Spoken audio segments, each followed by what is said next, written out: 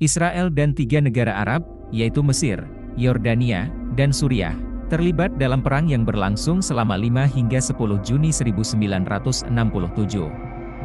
Perang ini disebut peristiwa Perang 6 Hari dan merupakan akibat dari ketegangan politik dan militer yang terus-menerus sejak Israel didirikan pada 1948. Salah satu pemicu perang ini adalah penutupan Selat Tiran oleh Mesir untuk mencegah kapal-kapal Israel melintas pada Mei 1967, yang dianggap sebagai pernyataan perang oleh Israel. Israel mengawali perang dengan melakukan serangan udara mendadak terhadap pangkalan-pangkalan udara Mesir pada pagi hari tanggal 5 Juni 1967. Serangan ini berhasil menghancurkan sebagian besar pesawat-pesawat tempur Mesir di darat dan menguasai keunggulan udara.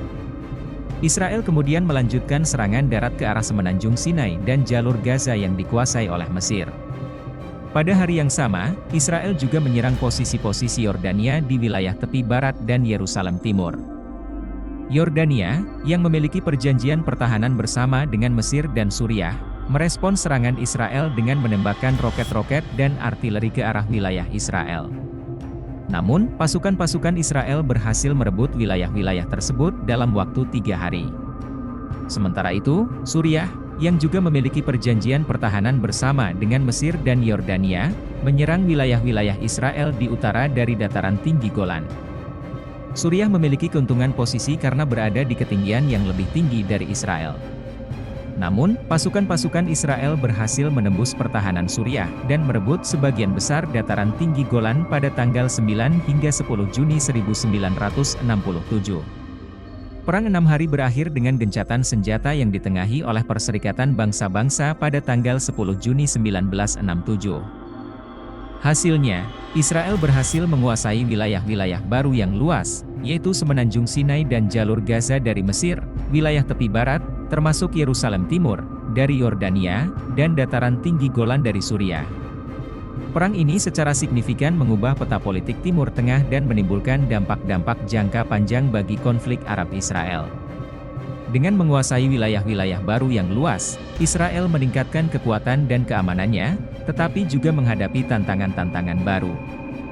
Salah satu tantangan terbesar adalah nasib rakyat Palestina yang tinggal di wilayah-wilayah yang diduduki oleh Israel.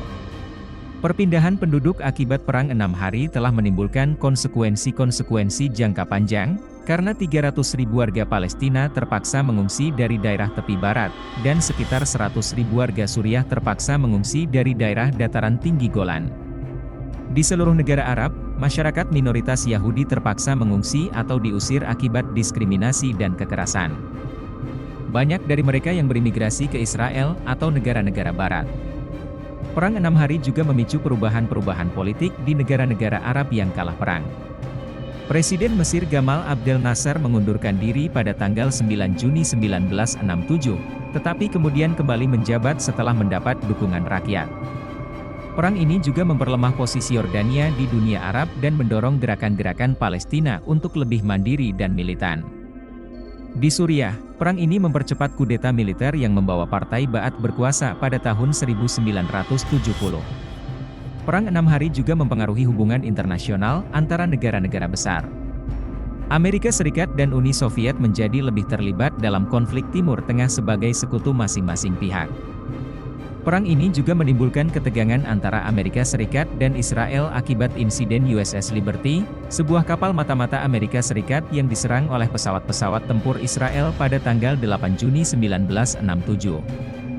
Israel mengklaim bahwa serangan itu adalah kesalahan, tetapi Amerika Serikat meragukan klaim tersebut. Perang 6 Hari juga menjadi titik balik bagi proses perdamaian antara Israel dan negara-negara Arab. Pada tahun 1967, Dewan Keamanan Perserikatan Bangsa-Bangsa mengeluarkan Resolusi 242, yang menyerukan penarikan pasukan Israel dari wilayah-wilayah yang diduduki pada perang tersebut dan pengakuan hak-hak semua negara di kawasan tersebut untuk hidup dalam perdamaian.